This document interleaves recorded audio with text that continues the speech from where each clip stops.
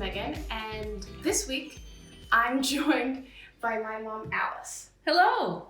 And we're going to be talking about hobbies.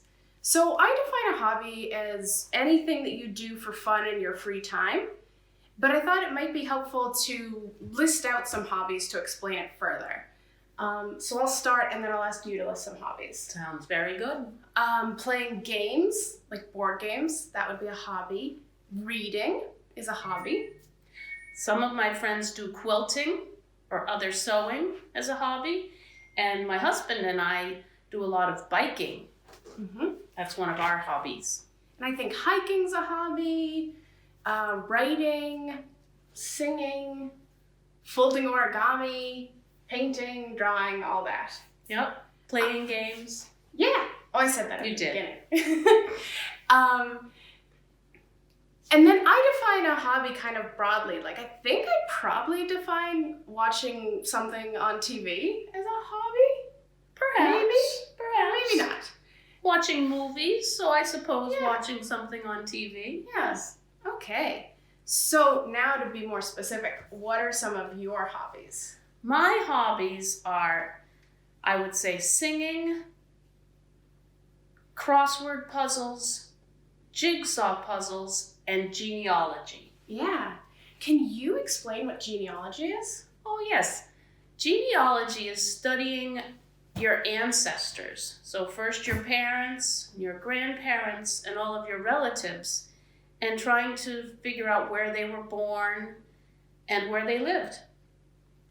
And what do you enjoy about your hobbies? And I think, actually, I'll ask you specifically, what do you enjoy about genealogy? I like genealogy because my parents did it first, and that makes me feel close to them. And then, most recently, my mother-in-law, Megan's grandmother, lived with us, and she loved hearing about her ancestors. And we found a story about her great uncle Bill, who in 1859 was captured by a tribe of Native Americans and not returned to his German family for an entire year. Yeah, and it was hard to find his family because they were living in the U.S., but he only spoke German, right? That's right. Yeah. Yes. So there's this cluster of German culture, which I find interesting. Me too. So my next question is, how do your hobbies make you feel? So you shared a bit about feeling close to your parents. I'll ask about singing. How does singing make you feel? I love to sing. My mother is a singer, and I've sung with her all my life. But I started singing in high school and being in choruses, and then I've been singing in church for the last 30 years. And singing makes me feel very happy. Partially that's just the music. But then the church part of it makes me feel good because I feel like I'm serving other people. Nice.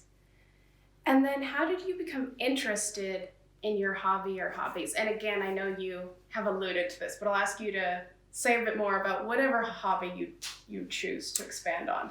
Well, I mentioned the singing with my parents, but doing jigsaw puzzles is also something I did with my parents. I was and am an only child. So I played with my parents a lot. We loved to do jigsaw puzzles after dinner. And this is a question just for you, does it bother you at all that the rest of your family now, like Dad and I, will not do jigsaw puzzles with you? I don't mind that the rest of my family doesn't like to do jigsaw puzzles. Jigsaw puzzles relax me, and it's a time I'm happy to go be alone. Yeah. One of my other hobbies is playing games, card games and board games. And for 25 years, my husband and children did not like to play board games. That disappointed me. Yeah. Sorry. But recently, my daughter Megan and I have been playing board games and card games. Yes. And who knew? I like them. All right, do any of your hobbies require outside equipment? Like some hobbies you just show up with yourself and you say, I'm here, but do any require any other materials? Gee, can I talk about a hobby I haven't mentioned yet? Yes. Okay. Well, biking, I guess I did mention, and I love to bike. And of course, it's good to have, you have to have a bicycle. Yeah.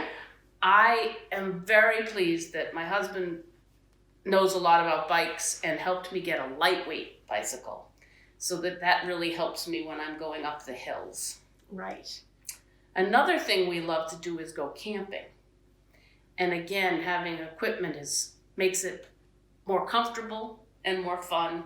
You have coats to keep you dry and a tent that you can see the stars under and a mat that makes it so your back doesn't hurt. That is nice to have the mat. So what are some popular hobbies in your native country? Or maybe I'll ask the area where you're from. So I know that you're from the northeast part of the US, specifically New England.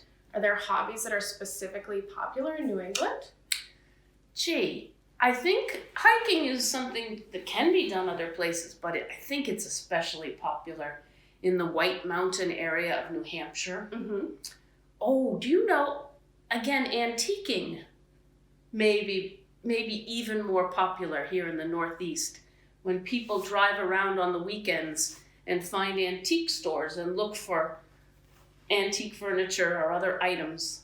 Yeah, I think you might be right, because all of the United States has quite a history, especially if we remember Native Americans, which we should.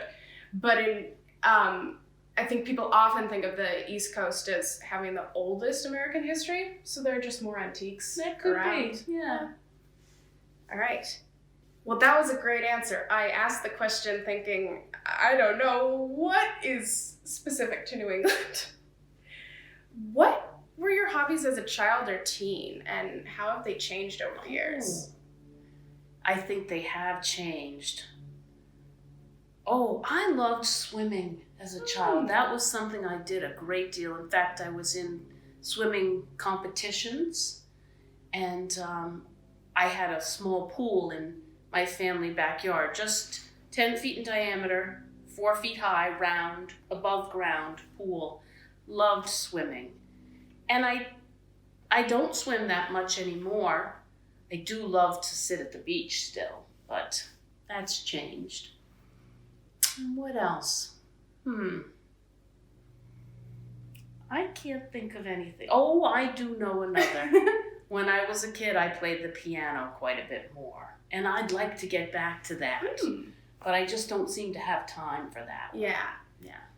I'm going to prompt you with one more, if I may. Okay, please. You also drew more as a kid and teen, right? That's true. I took art lessons and I drew with many different kinds of media. I did charcoal drawings and chalk pastels. And yes, I did enjoy that so much. I did several paintings that are still on my mother's walls at her house. Now I don't do that, what I would call more sophisticated art, but I do love to do kind of graphic art. And you know, when you were a kid, for birthday parties, we always did a variation of the classic game, Pin the Tail on the Donkey. Only we would do Pin the Tail on the Dinosaur, or Pin the Tail on the Puppy. And we had some others. Do you remember another one? I feel like we did Pin the Spot on the Dog, maybe. That could be. And I think we might have done Pin the Horn on the Unicorn. Yeah. Oh. And actually, the dinosaur was something that you made for us. But then Granddad, so my grandfather and her father, liked it so much that is also at your parents' house. That is on my parents' refrigerator, but it is they have two refrigerators, and it is their downstairs refrigerator. but it's still kind of nice. Yes, it I is. think. So have you ever taken lessons or classes to become better at your hobby? I have. I took piano lessons as a child, and then in college, I took voice lessons, and that was very exciting. I then sang classical music pieces in recitals, and it certainly helped me to maintain my ability to sing as I'm getting older.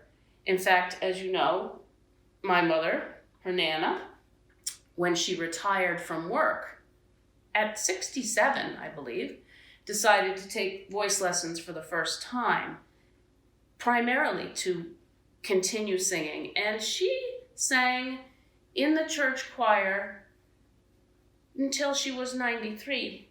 Yeah. And really sounded very good. Yeah. So, And she's 94 now, so that was just a year ago. yes. And a she tidbit. probably would still be singing if we were not in this unusual time of pandemic where we're not going to church so often, or where we can't actually sing in the church. Yeah. Can you or have you ever made a career or like a side job out of your hobby? Well, as you know, I have. The singing. I sing in church as a volunteer position, but it did become, I was hired to sing funerals as a paid position, and in fact, some people have hired me to sing weddings as a paid position. And how does or did that feel? Like, what is the feeling of taking something that you do just for fun and making it a career or a job? It's such a privilege, because then you enjoy what you're doing. You probably, maybe you feel like you're good at it, which is satisfying. And it can be a source of income and a source of productivity. Mm-hmm. Yeah. I think that's a great answer, because I think that there's something really wonderful and positive about turning something that you love to do as a hobby into a career or side job. And then there could be a downside of like making it into something that maybe there's more pressure because there's money tied to it. But I do also think of it as a good thing. So I love your answer. Yeah. And do you personally need to be good at something to enjoy it? I don't think I do. Certainly it's exciting to feel like I'm good at something, and I enjoy that. But I can enjoy doing things that I don't think I'm very good at. I love sports. Oh, in fact, as you mentioned, were things different when I was a child and a grown-up. I was not very good at sports as a child, but I played Little League baseball and town basketball, and I still love to do sports and cross-country skiing and biking. So, no, I don't think I have to be good to enjoy it. Yeah. I feel the same way, and I didn't always feel the same way. And I think that's been really freeing. Good. To be able to do something just because it's fun. With having to stay at home more with the pandemic, I started doing origami. Oh, yes. Which is folding paper to make different objects or animals. And I'm not that good, but I really like it. And I've also never thought that I was good at visual art. So drawing, painting, maybe collage. And I did a collage, which is cutting out different pictures from magazines or something like that and pasting them together to make a new picture. I hadn't done that since I was a kid, and it was a blast.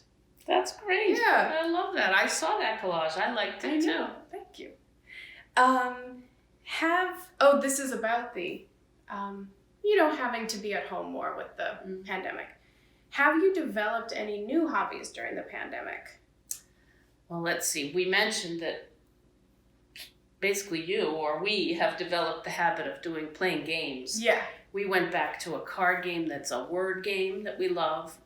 We played Scrabble, which is a very well-known game in the United States. So that was new for us.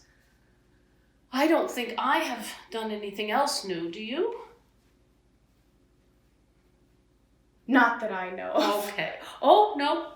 I got much more into cooking, like so many other people, because we weren't going to restaurants. I got quite a bit more into cooking. So many new new recipes, sorry. And especially Megan's father, my husband, makes something new, well, at least every week. Yeah. And usually 2 or 3 new things every week. Actually, can you tell about a new recipe that you've made? Oh, Well, I think one that was pretty new, it's not all that unusual, but it was just a chicken stir fry with vegetables that I hadn't made before, and it had a peanut sauce, and I think the peanut sauce was made with peanut butter, oyster sauce, and soy sauce. Just sauteed in a pan and served on rice. Nice. So even simple-ish cooking has in some ways become more fun. Is that right? For me, yes. Yes. Great. For my husband, he likes it to be complicated. Yeah. Yeah, and spicy. Oh, yes. Do you have enough free time to pursue your hobbies? No, never. I didn't think so. No. If I had more time, I would play the piano more. I would read more. Oh, we didn't even mention reading. I love to read fiction and nonfiction. And there's so many things I'm interested in reading, and I just don't get the time to do it all. Yeah. Yeah, how much free time do you have? Well, I actually sleep a bit more than some people. I feel like I need a lot of sleep. And so with sleeping, I don't mean I sleep all day, but... No, you have many other things that you do that I'll let you elaborate on. But then I have 2 part-time jobs and participating in running a household with a husband and an adult daughter and a new puppy. And I also have an older mother that I'm taking care of. So I find I don't have a lot of free time. Yeah, I thought that would be your answer. And so I know the answer probably to this, but do you ever have too much free time? Or maybe I should ask, have you ever had too much free time? I don't think I have ever felt like I had too much free time. Some of that is because I've been busy, but I had a period of time where I did not work, and I was raising young children, which is very busy. But there were times when they were at school where I had time, but I have so many interests that I was never bored. I think that's great. I do too. Because I can feel like I have too much free time or a lot of responsibilities, but too much unstructured time. But I'm glad you don't feel that way. I think I do like to structure my own time. I do structure it. I don't like to just go through the day without a schedule, but I like to make myself a schedule. Yeah. Nice. Have you made any friends through your hobby? So, do you meet new people while practicing your hobby? Oh, absolutely. Singing in choirs, I've met friends all my life, high school, college, and ever since. And my husband and I have been going on biking trips, and we meet people there too. Oh, and hiking. We've been going to a hiking camp every year since Megan was 11, perhaps? 10. And it's an interesting camp in that many of the same people come back the same week every summer. So we have friends who we've known for 15 years or so. We don't see them in between very often, but they're like old friends when we get back together. Yeah, it's very nice. And friends of different generations, too. Mm-hmm. It's very nice. Yeah. Do you collect anything? And if so, what do you collect? Well, actually, I think we talked about this beforehand, because I thought I didn't, but Megan reminded me that when I was a kid, I collected baseball cards. And I have a shoebox and a binder with slots with all my baseball cards, which I actually did give to Megan's brother because he was more interested in them at the time. Oh, yeah. And I wanted to collect, I still collect glasses. I like drinking glasses that have a picture of where you've been. Yeah. And I like to do that with mugs. Yes, good. Yeah. Do you like solo hobbies or do you prefer group activities? I think I prefer solo hobbies mostly. Yeah. Hobby time is kind of my alone time or my very close family time. Although choirs have been great through the years. Yeah. Yeah. I feel the same way that probably one of my top things to do in my free time is to spend time with friends and family. But I consider most of my hobbies to be something that I want to do alone. Do you know why you prefer solo hobbies?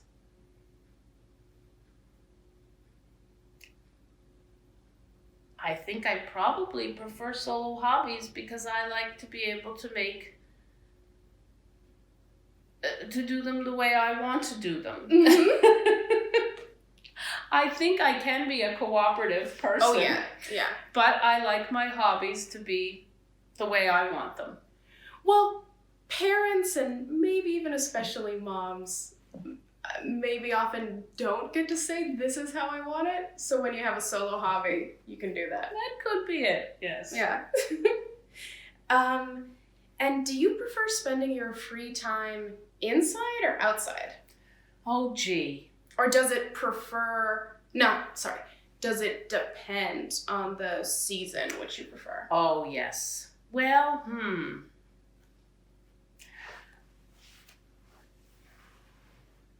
I don't think I prefer one or the other because I have indoor hobbies and I have outdoor hobbies and I like them equally. Mm-hmm. And both seasons. I like to bike in the summertime and I like to cross-country ski in the wintertime. And when I was a kid, I liked to build snowmen in the wintertime and swim in the summertime. But I like to play games and do puzzles and do genealogy and crossword puzzles and jigsaw puzzles inside. Yeah. Are any of your hobbies dangerous? I don't think my hobby, well, I mean, you could hurt yourself skiing, I suppose. I don't think my hobbies are dangerous, but one of your brother's hobbies is dangerous. Would you like to tell about that? Do you mean woodworking? Oh, no, I mean riding his motorcycle. Oh, yeah. Yeah, I mean, riding a motorcycle is dangerous, and then... But he loves it. Yeah. It's a hobby. Woodworking, maybe we should explain what that is, but I'm drawing a blank. Can you explain woodworking? Well, he certainly would take wood on a very powerful saw, and so I think that would be where the danger could be. He sometimes will take wood and make a bowl or a handle for an ice cream scoop. Yeah. He also likes fire. I thought that was going to be the dangerous thing. Yeah. Have you ever wanted to start a new hobby, but you haven't because you thought it was dangerous? No, I don't think so. Okay. This isn't dangerous, but I have this idea in my head that I want to learn how to longboard. Oh, yes. But I have broken both of my feet just walking. And so I think that longboarding is maybe not the thing for me. Because for me personally, with my coordination and body, it's just not right. But if I do try longboarding, I'll let us know. Let you all know. Yeah, good. And to explain, longboarding is like skateboarding, but with a longer board. And that's a long piece of wood on four, like, wheels like roller skates. Yeah. Yeah. Yeah. Thank you for explaining. All right. And are there any hobbies you're interested in starting? Like if time were not an issue, money, would there be a hobby you'd want to start? I think I'm just interested in spending more time on the ones I have. Yeah. I would love to do more and more with genealogy and find so many relatives who are still alive and cousins and many relations like that. Yeah. Well, great. That is actually the end of my list of questions. So thank you so much for being with me, and thank you all for listening and for letting us have these conversations. I hope you have a great week with great conversations about hobbies. Bye. Bye.